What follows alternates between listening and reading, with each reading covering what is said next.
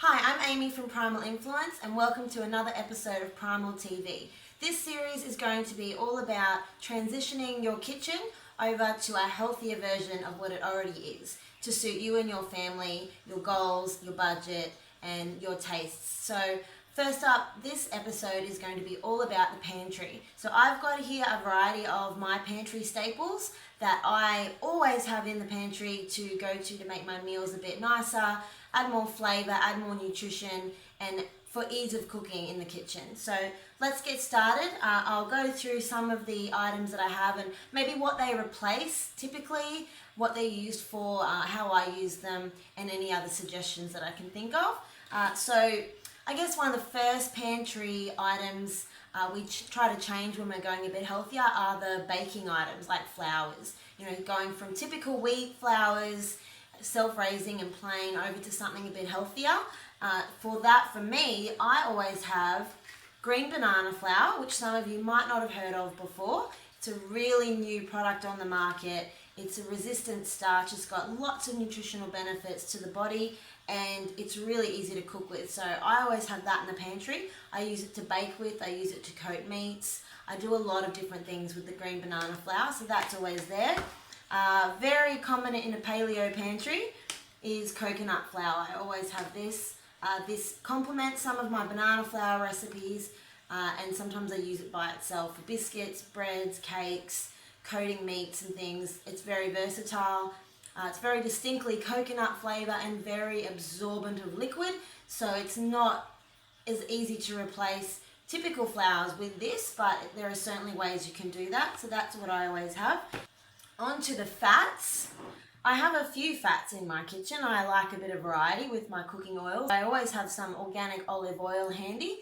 I try to get the Australian versions when I can.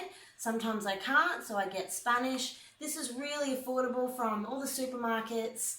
Health food stores have different brands. Try and get cold pressed when you can, and that's what I use on the fry pan. Drizzle over vegetables in the oven, add to some of my baked recipes, so that's always there. The paleo common kitchen staple is coconut oil. I use this to cook with and on lower temperatures, and I have it raw with some things like chocolates that I make. Yeah, it's a really good oil to have in there. Always get a really good quality organic brand of coconut oil if you can. I usually buy different brands. There's lots on the market now. Health food stores, supermarkets, markets, online, everywhere, easily available, very affordable.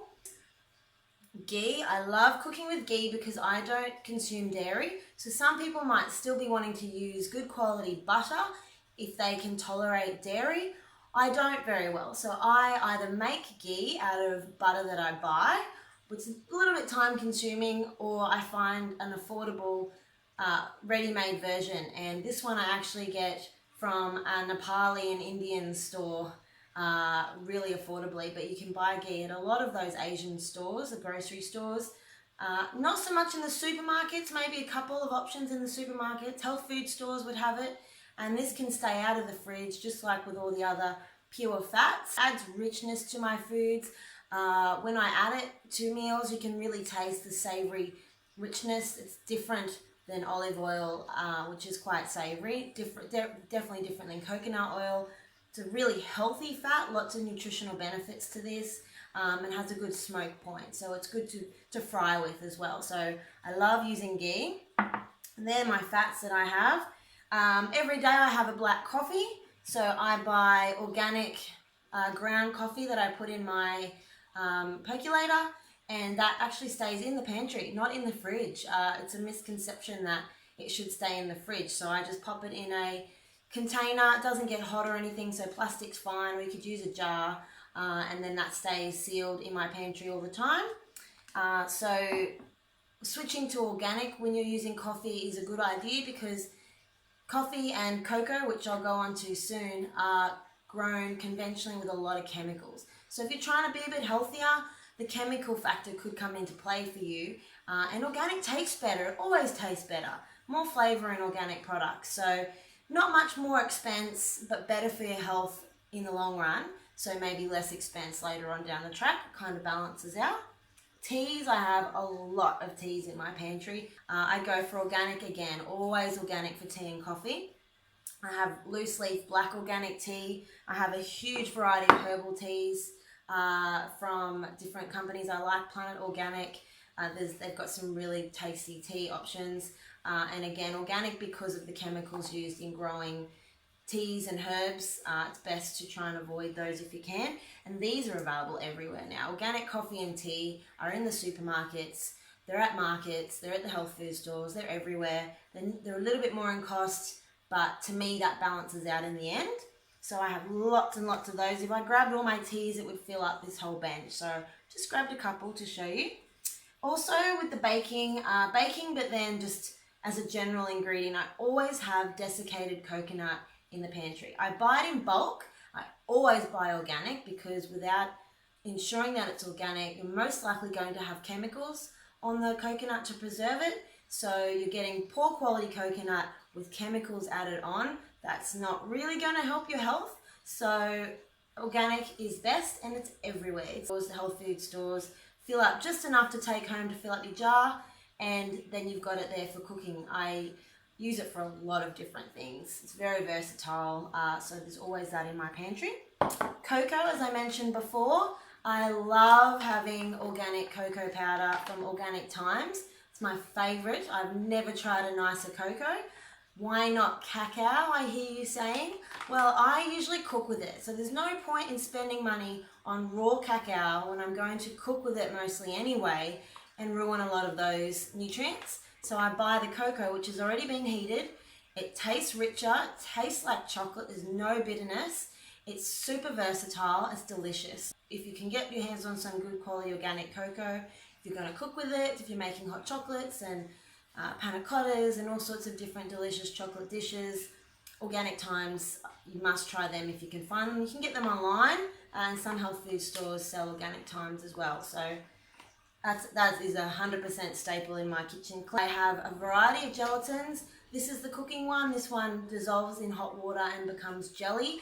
And I make jellies, panna cottas, mousse, marshmallows, all sorts of really healthy recipes that become sweet. Also some cheeses, nut-free, dairy-free cheese alternatives with the gelatin. So I always buy grass-fed Australian beef when I can. That's always in my pantry. And then I also have the collagen powders, which don't make jelly, and it's more collagen, better for joints, gut, hair, nails, etc. And that dissolves into any liquid. And so I've got a variety of those for different parts of the body. But I always enjoy making healthy treats with this for people when they're coming over, or if we're going on a day trip, I make healthy lollies out of vegetables and fruits, sometimes coconut milk, sometimes the cocoa as well makes really delicious treats. Panna cotta, marshmallows to take camping in winter, that's a must. So I've always got to have my gelatin powder in the cupboard. You can get that online. I will pop a link below this video on how to get your hands on some really good Australian beef gelatin. Now for flavors, adding healthy flavors, that's one of the trickiest things when you're switching your kitchen ingredients over to healthier versions, is getting the same flavor. Standard eating is usually buying packet meals that have the flavor sachets or the flavor sauces already there. You don't even have to think about what flavors are even in there or what works with different meats and vegetables. It's done for you, which is not great, and they're full of nasty ingredients that aren't good for our health. So it takes a responsibility from us in having to think about what goes into our food in terms of flavor combinations as well as the health. But once you start becoming aware of what's in those packet mixes and those jars and sauce bottles, you start realizing that they're not so good for you. So what do? How do you replace flavors? A lot of people say to me, I'm trying to get healthy, Amy, but I have no idea what herbs go well together, what spices I should mix together, quantities, ratios, no idea. I say just grab some basic flavors and herbs and spices from the shop and start playing around with it. Sometimes just one on its own can change a dish completely, and it could be a favorite flavor in the family home. So just start simple. Grab a few basic flavors that you're familiar with, sage, thyme, basil, all, different herbs and spices, Allspice is a really nice, subtle, mild spice, so very good for kids' foods. I like to marinate meat with this and coconut amino, which replaces soy sauce in my kitchen. I'll talk more about that one soon. It's a really, really easy combination. So again, just as with the teas and coffee, I buy organic because one, they're much healthier, no chemicals used. Two, the flavor is so much better. When it comes to herbs and spices, buying organic, yes, it costs more, of course it does, but it is just so much worth it when you get all that flavor in there. The smell, the flavor, it's so much better than conventional. So try not to buy cheap when you can, opt for organic. You're not going to find the organic herbs and spices so much in the supermarkets, but you will at the health food stores and definitely online. So I've got oregano, allspice, paprika, I've got thyme.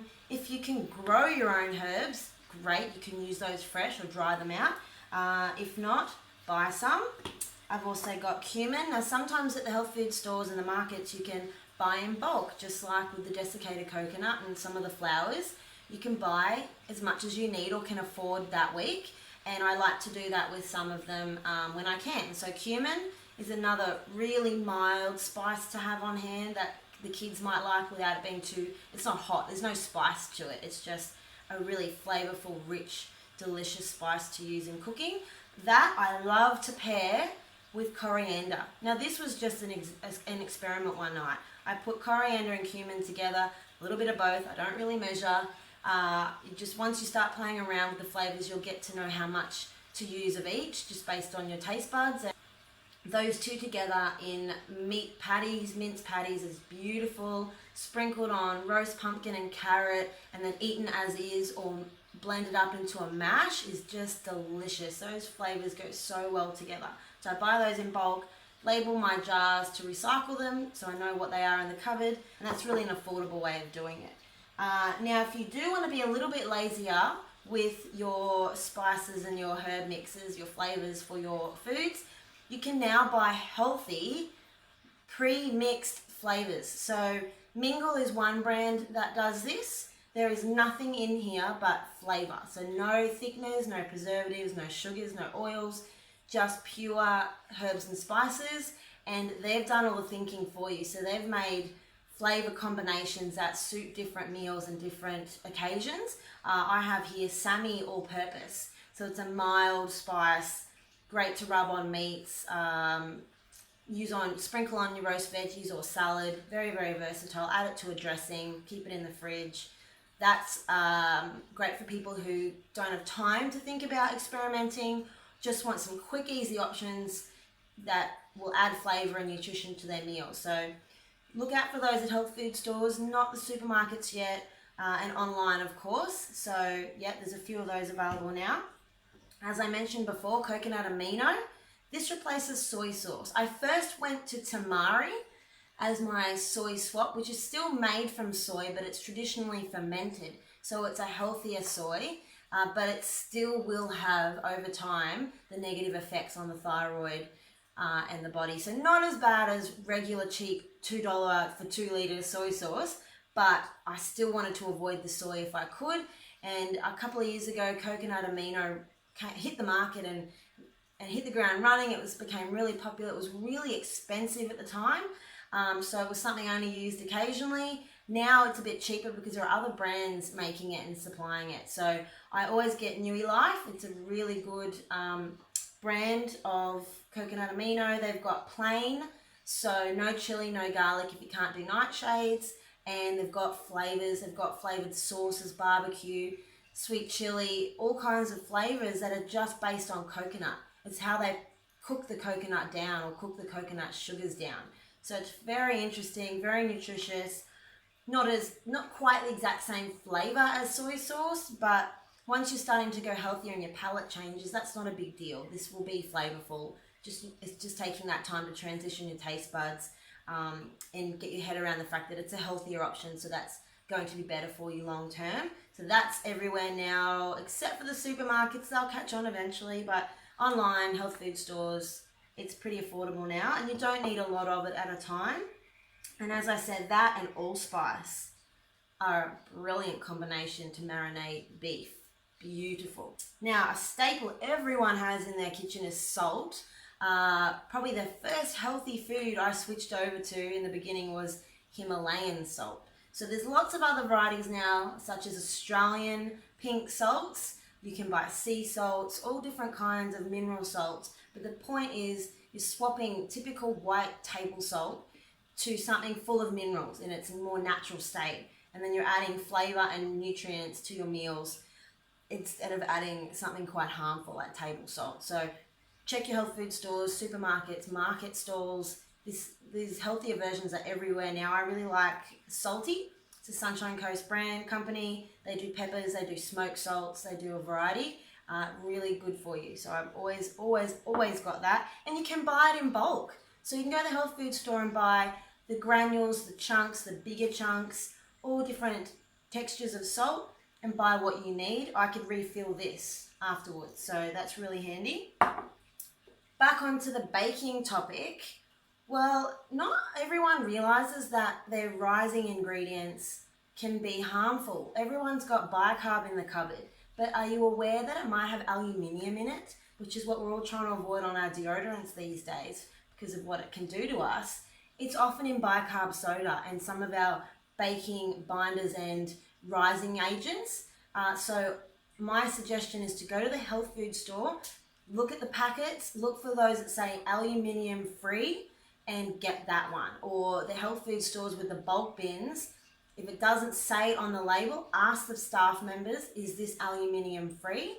And find those, because if you're trying to avoid it on your body products, then it's important to also avoid what you're consuming. So I always buy a pure bicarb. Often I can buy it in the bulk bins. There's a few brands that make aluminium free, and they're not your standard ones at the supermarket. So you do need to go to the health food store for that, but it's worth it and it's not expensive. And baking powders as well. I don't have any here, but baking powders, if you're trying to go, say, paleo or even just gluten-free, you need to check that your baking powder doesn't have gluten in it, and if you're avoiding grains, that it doesn't have rice in it. I know, who would have thought? So read the labels.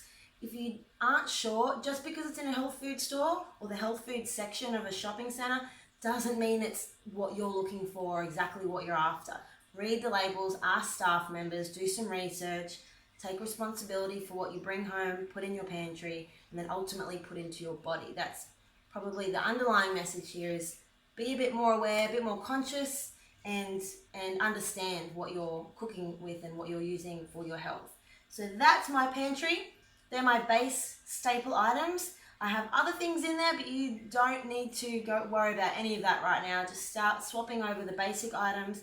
Make one change at a time, even if it's starting with organic olive oil as opposed to standard vegetable oil. Something like that. Make baby steps if that's your style, or go out and do a big shop and do some replacing. Wait till things have run out if you're worried about waste. There's lots of ways to tackle these transitions. Just finding the way that suits you and is sustainable for you, and finding co-ops in your area that make things a bit cheaper.